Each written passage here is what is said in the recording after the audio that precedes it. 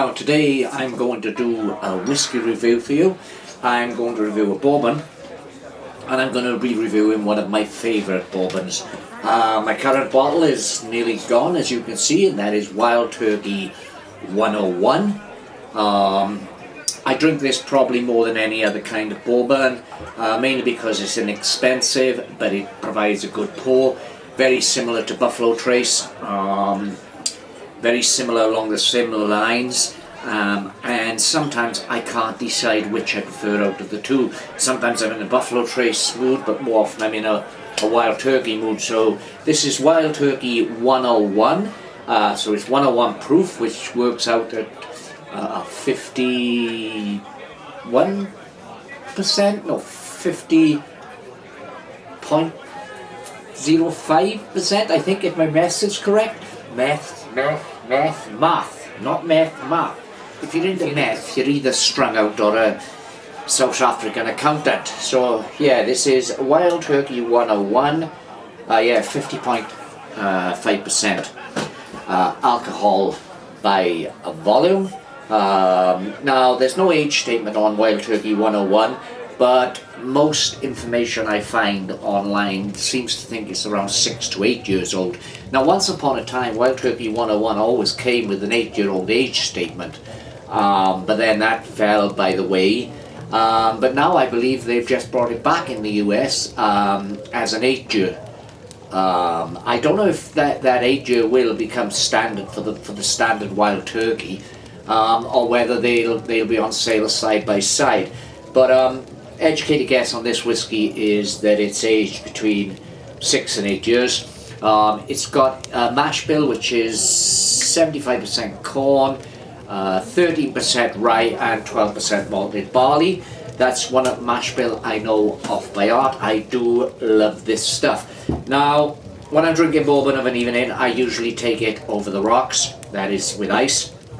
But for this review, and God knows how I'm going to pick out flavours in this tobacco because I'm so used to it. Look at that, the sound of an ice cream man.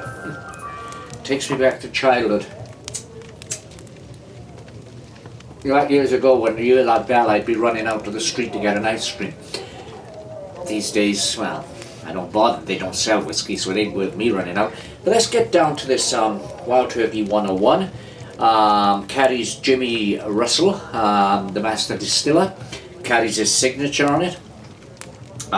The Russell family, Eddie Russell, Jimmy Russell, the Russells are legends in the whiskey world.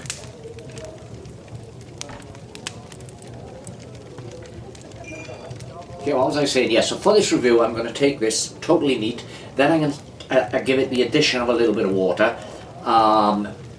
So I'm going to try and pick up flavours out of this, which is going to be difficult for me because I don't need to drink it to know what it tastes like. I'm so familiar with it. But I'm going to try and treat it as if it's new. There ain't no way that Wild Turkey's going to ever get a bad review from me. So, let's give myself a pour. It's nearly run out. I'll have to get another bottle pretty soon. So, Wild Turkey. I'm drinking it here in a Glencairn glass, Penderyn branded Glencairn glass. Penderyn, of course, being a Welsh distillery, which is only a few miles away from me, and they make some fine single malts. And I'll do a review of a Penderyn whiskey before too much longer. Now, so swirling the Wild Turkey around in my Penderyn branded Glencairn, you can see that the legs on Wild Turkey, there they are running down the glass now, are quite substantial. This is a good bourbon.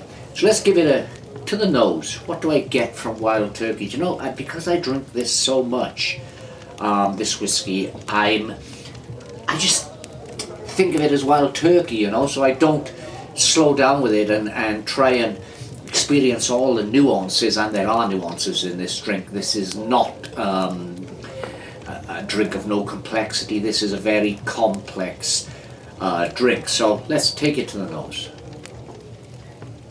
Now, I'm so used to that smell again. You are getting some ethanol, but there's a sweetness to the aroma, which is a promise of things to come, because as I say, I know what this tastes like. When I say a sweetness, it's not like a sweetness that you'd get in other bourbons, such as Jack Daniel's Old Number 7. Yes, I do consider Jack Daniel's Old Number 7 to be a bourbon, despite what the makers claim, but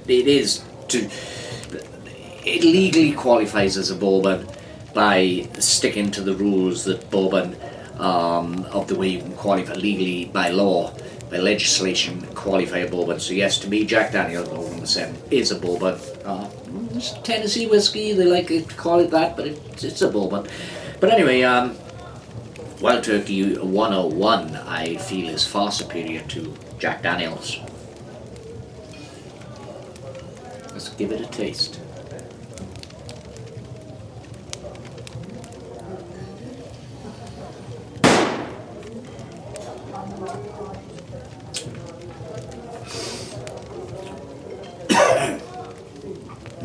Aniseed on the finish. Rich, thick aniseed on the finish. You also, neat. You get that ethanol punch when you first put it in your mouth. The finish is still there now.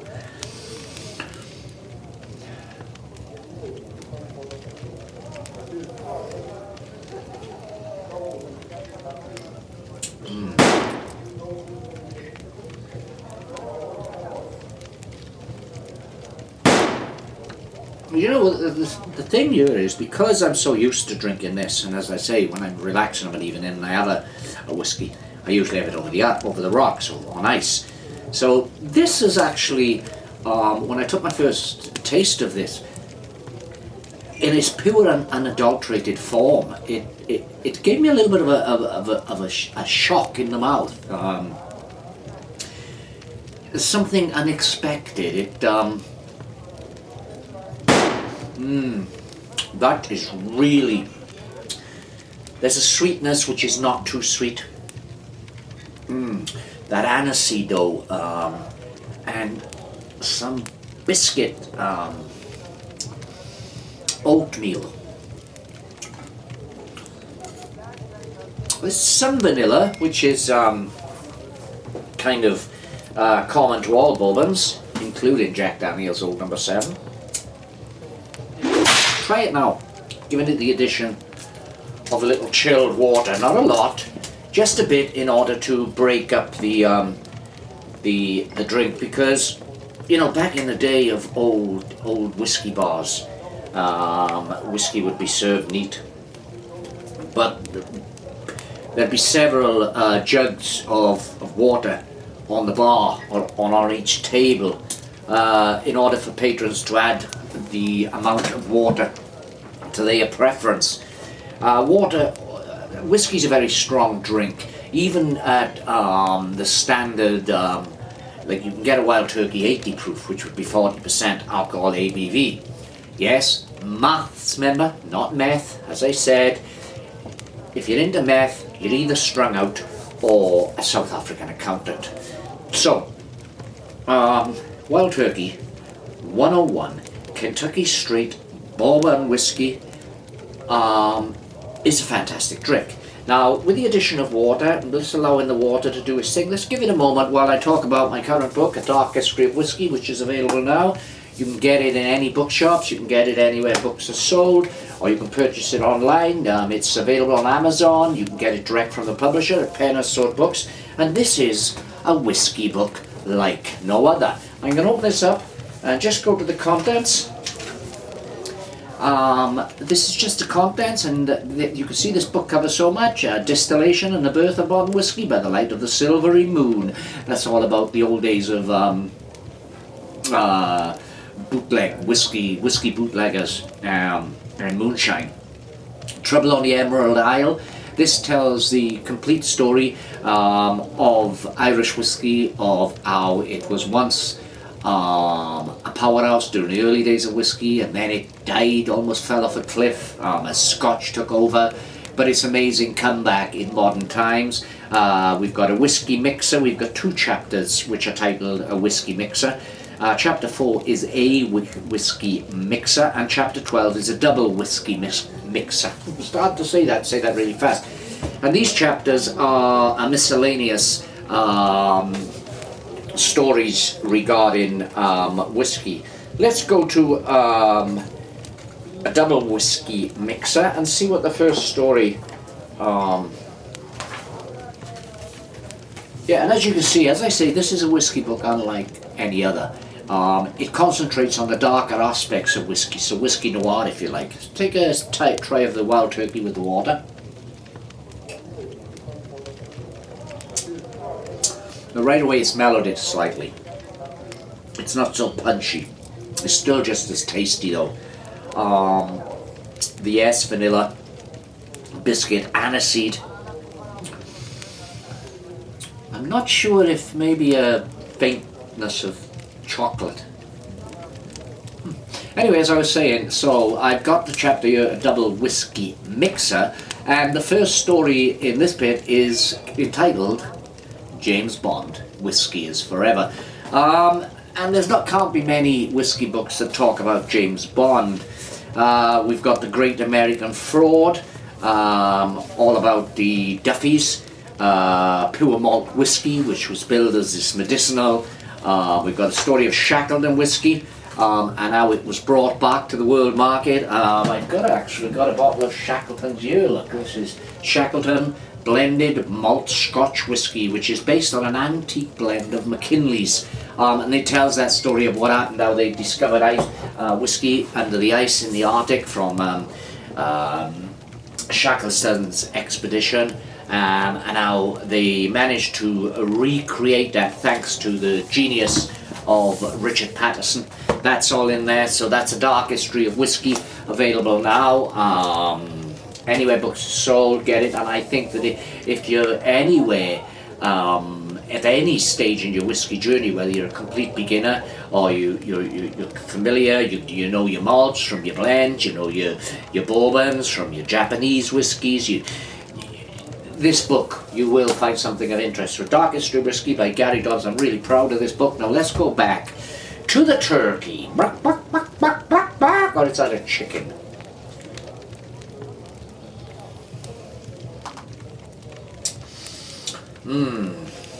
Full warning, full taste alert. Once you drink Wild Turkey, you'll drink it again. I'm not saying it'll become your favourite go-to bourbon, as it is mine, but you will drink it again. You will not be disappointed. I mean, look, the proof is in the pudding. That's all I've got left. I've probably got another measure in there for later on this evening. But that's me. I've been Gary Dobbs. I'll be talking about my new book, A Dark History of Whiskey, as well as giving a short review of Wild Turkey whiskey. Very difficult for me to review this whiskey because I drink so much of it. But it's fantastic. In terms of scores, which would take into effect, I scored 10.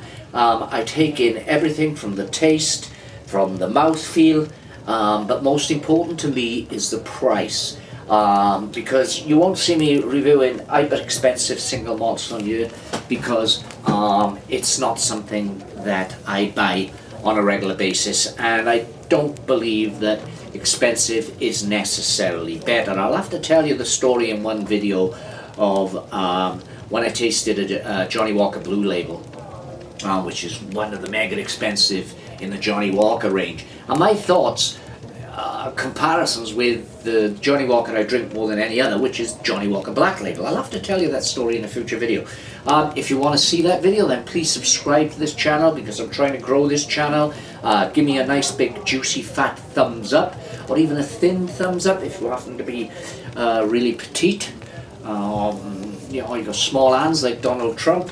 And also please leave a comment. Tell me what you think of Wild Turkey, or tell me any other whiskies you'd like me to review. And if you read my book, A Dark History of Whiskey, then a bit of praise down in the comments wouldn't go amiss. So that's Wild Turkey 101.